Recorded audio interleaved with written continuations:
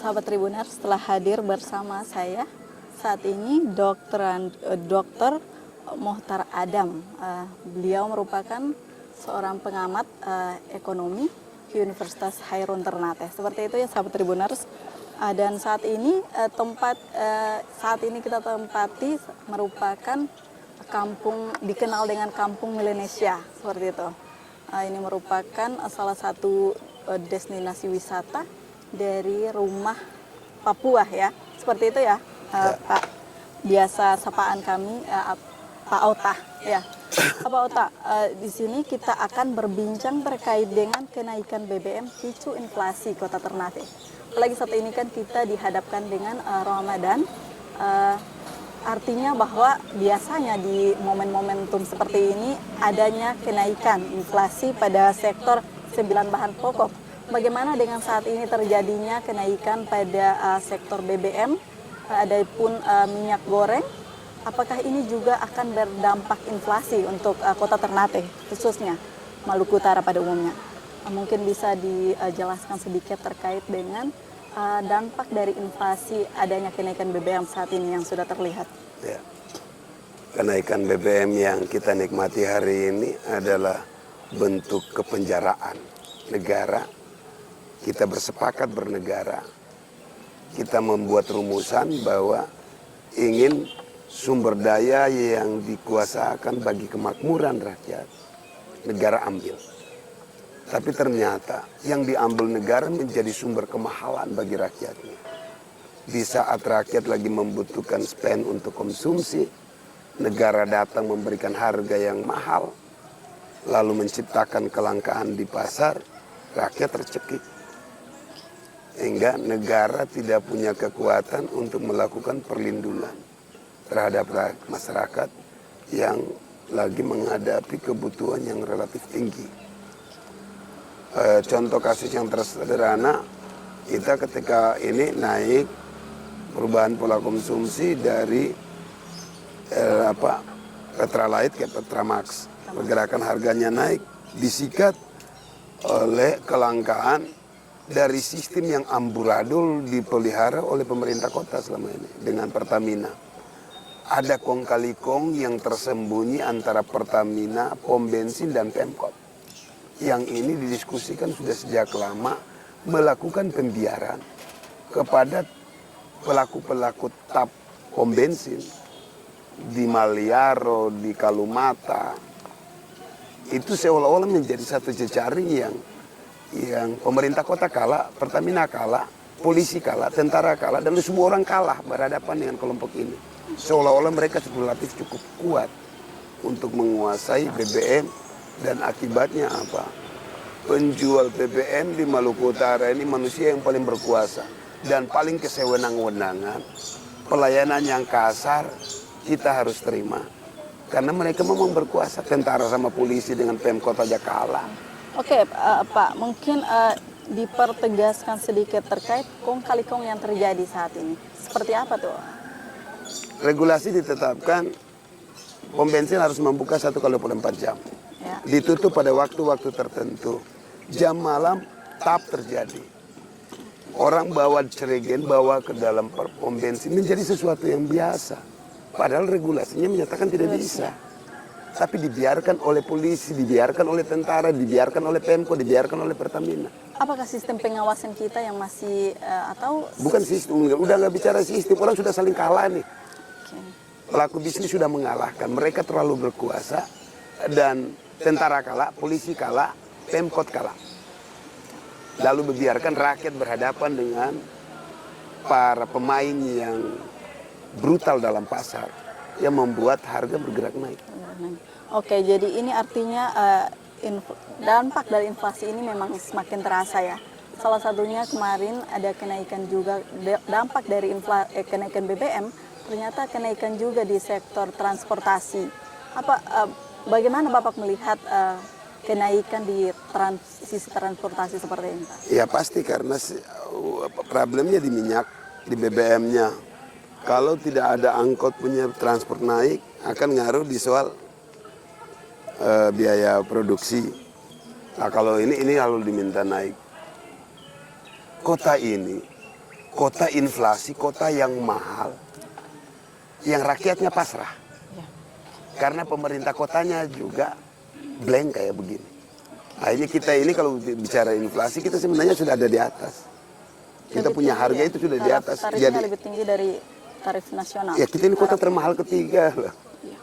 Dari 45 kota yang disurvei oleh BPS, kita ini 3 termahal.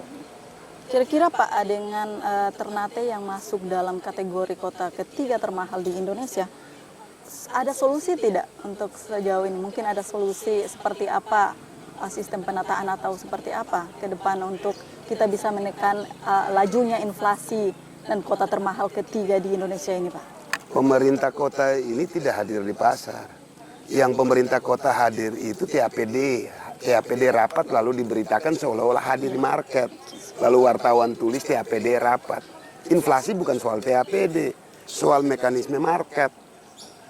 Bukan ujuk-ujuk rapat dengan Bank Indonesia lalu bikin forum rapat TAPD. Bukan itu. Problem kita di jalur distribusi ada kartel, ada oligopoli yang merusak pasar, ada kelangkaan, sistem distribusi yang tidak tepat, biaya kemahalan di kepelabuhanan. Nah ini semua ekosistem yang membuat rakyat tertekan. Ekosistem ini tidak diurai. Oke, artinya mata rantai ini sudah sulit untuk diputuskan. Bukan sulit, gampang ini pekerjaan yang gampang. Mungkin caranya seperti apa agar Pemerintah mungkin kota menjadi mau juga untuk secara konsisten turun ke pasar, mapping produk mana yang tingkat kemahalannya tinggi. Saya contoh sederhana aja. Harga beras kita di Ternate berapa? Caca tahu nggak harga beras kita per hari ini? 300, Jatuh per kilogramnya jatuh berapa? 14.000. 14.000. Caca tahu harga di Surabaya per hari ini? Tidak. Kita dapat dengan 9.100. Caca tahu biaya tarik dari Surabaya ke sini? 9.100 saya tarik dari Surabaya. Dengan tol laut cuma Rp450. Artinya Rakyat tidak bisa membeli dengan harga 14.000. ini salah satunya fungsi tol laut ini yang sejauh ini belum berfungsi dengan baik karena Ya salah satu tol lautnya saja. Nah tol laut ini problemnya gini ke pelabuhanan. Ya, Bongkar muat di pelabuhanan, tingkat kerusakan barang. ya, Pemkot ngerti tidak? Dari dulu ini problemnya berulang-ulang. Ini dari zaman Kosam, Burhan 2 periode, yang tauhid ada di dalam. oke. Sebagai sekretaris daerah waktu itu ya. Sudah menjadi pegawai di Pemkot lah, dari zaman Kosam. Ini Artinya problem tidak strategi tuntas. ini seharusnya sudah dibaca ya dan Sudah bisa seharusnya. dirubah gitu sistem mata rantai yang sudah terbentuk ini. Ucusunya itu paham tuh. Tapi bikin diri tidak tahu atau memang tidak paham. Jadi Seperti saya kira itu. sudah begitu lama.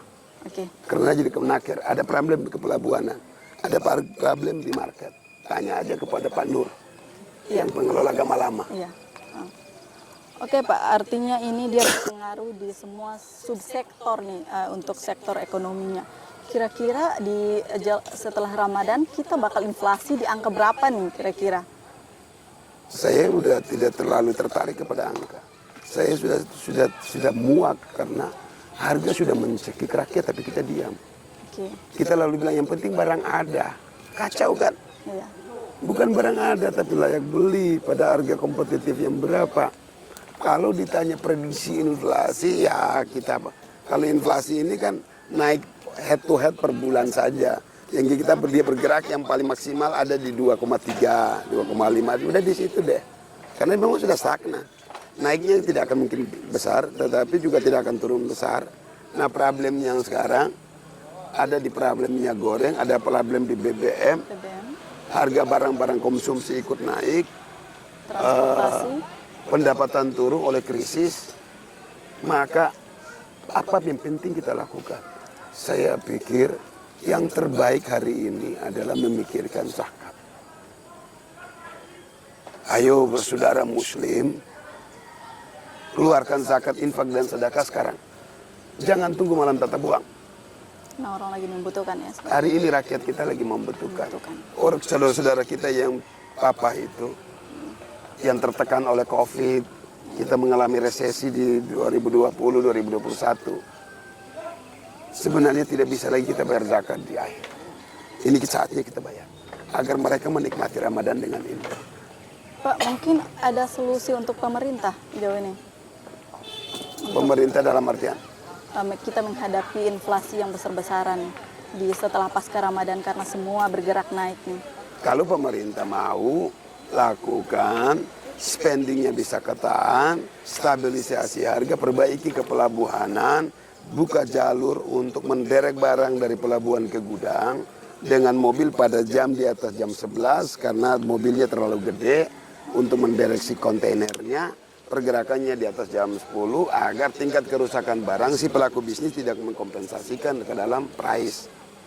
Yang kedua, hantam pelaku-pelaku yang bermain jahat sekarang di market, yang menaikkan harga yang luar biasa, gula sudah bergerak naik, mainkan peran Bulog, tidak usah operasi pasar, tetapi memainkan pasar-pasar yang ada di masyarakat. Katanya pemerintah kota dengan visinya warung mak-mak. Ya, Mana untuk visinya sejauh ini itu? belum terlihat ya. Jangan menipu lagi begitu, bikin sekarang. Oke. Sekarang rakyat lagi butuh. Oke Pak, artinya bahwa inflasi kota Ternate kita memang sudah di ambang batas ya. Masyarakat kita tercekik dengan harga-harga saat ini. Solusinya sudah ditawarkan pemerintah, namun sejauh ini belum ada action dari pemerintah. Mungkin terakhir Pak, harapan Bapak untuk masyarakat, pemerintah dan masyarakat kita untuk tetap menjaga bisa mendapatkan apa yang diinginkan dari masyarakat di tengah inflasi yang lagi marak ini.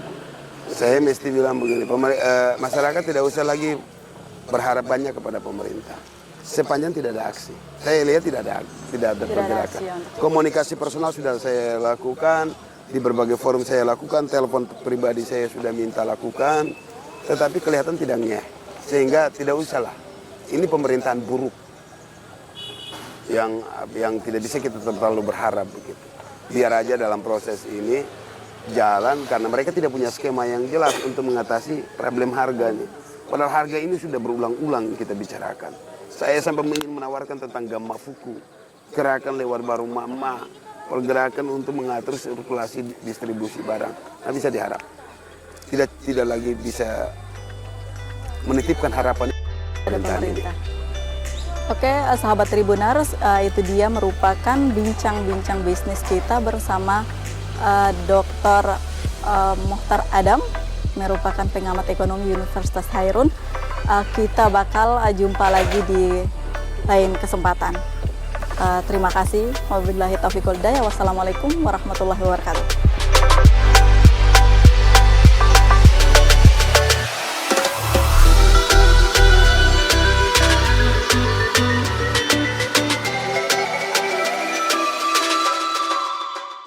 Terima kasih sudah nonton. Jangan lupa like, subscribe, dan share ya.